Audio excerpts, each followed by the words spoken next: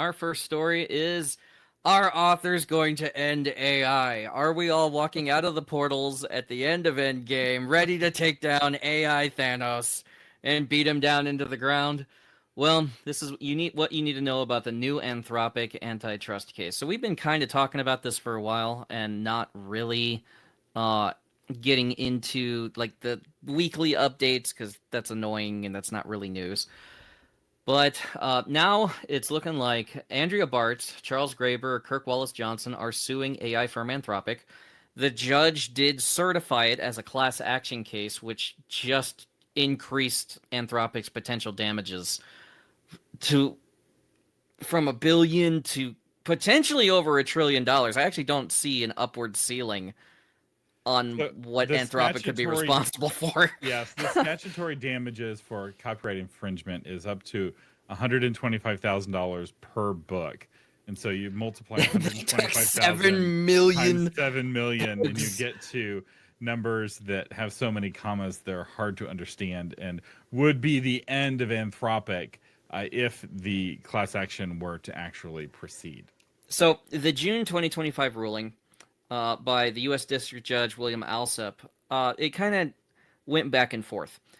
He did consider the lawfully acquired books as spectacularly transformative fair use. Okay, so that was a good thing for AI. But then the judge ruled against Anthropic on creating a central library of pirated copies, finding it directly infringed copyrights by substituting for legitimate sales. Anthropic has denied these allegations. It's emphasizing that its training practices will advance human creativity. The book sources are irrelevant to fair use. So there's a lot of back and forth on this. Thomas, what is your prediction on how this one is going to go? So this is not over whether or not AI can train on your book. That's not the question here. But it doesn't. And so AI will continue, but Anthropic may not if it actually were to lose this court case and have to pay $1 trillion. You're not going to get your $125,000 from Anthropic. So that's not. Don't get too excited. That's not a scenario. That's the most money I've made on a book ever. For one, you wouldn't be able to be eligible, even if everything went correctly. If you didn't file your copyright within the time limit, which is 3 months of publication, you wouldn't be eligible for statutory damages. But two, Anthropic doesn't have $150,000 for your book. Winning a court case and getting money from the court case are very different things that people learn once they go to court. So another company could have just bought all 7 million books, and 7 million times $30 a book, let's say, or $20. Let's say it's $10 a book. So you're looking at a $70 million cost. So let's say it's between 70 million and $150 million. That's actually not a lot of money for an AI company, believe it or not, which means that some other AI company could just pay for all of the books, and all they'd have to do is buy a copy of the book. So the matter that is discussed is not, can the AI train on your book if it owns a copy? It's substantially transformative. Yes, it can. The issue here is that the books were pirated books. They didn't actually pay for legal copies. And one of the challenges that this class action is going to have to overcome is that there's not actually a lot of precedence for anyone winning a case off of purely downloading pirated material. Because while technically creating a copy on your computer is making a copy, all of the court cases that I could find in the United States asking Grok all involved sharing of the copyrighted material because they downloaded it on some sort of peer-to-peer sharing service. So they're a little bit ahead of the court precedents here.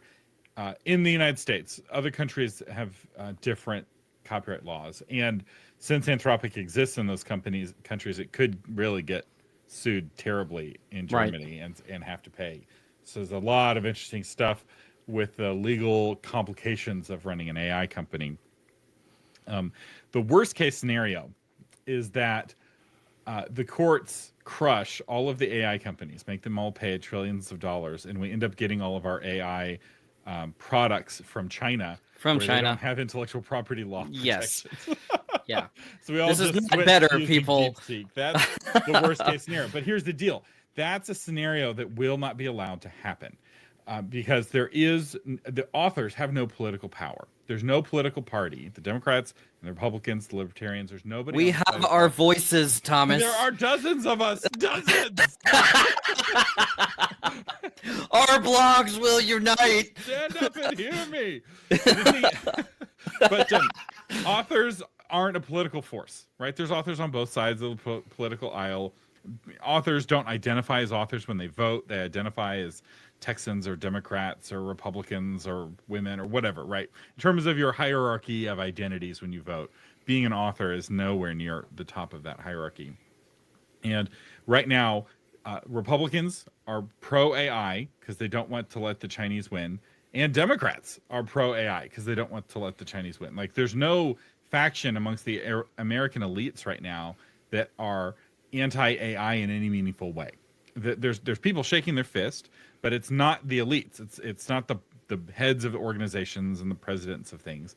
It's people. It's the mid-level manager types who are very scared that AI is going to replace their job of reviewing TPS reports sent in by their team. I'm essential. Because reviewing TPS reports is something that AI does very, very well.